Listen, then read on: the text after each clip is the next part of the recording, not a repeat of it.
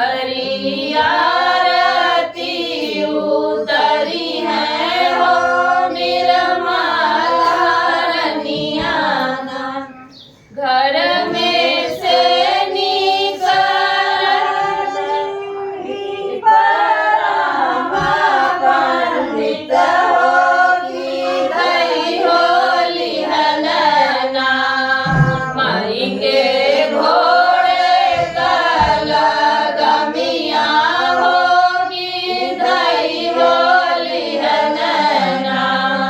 माई के घोड़े कल गमिया होगी धई होली हलना। हम तोहरे घोड़वा के चनवा खियैबे हो प्रतिभा रनियाना।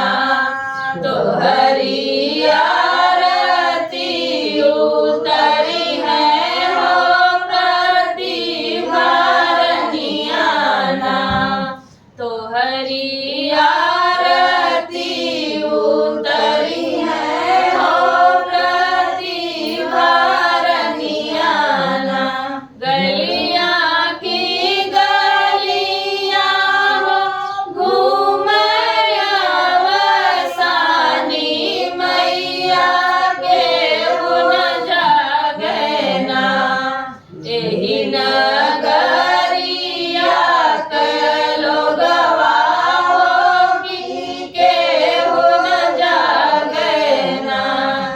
घर में से निकल आनी सहराम पंडित होगी धई होली हलना। माई के घोड़े कल गमिया होगी धई होली हलना।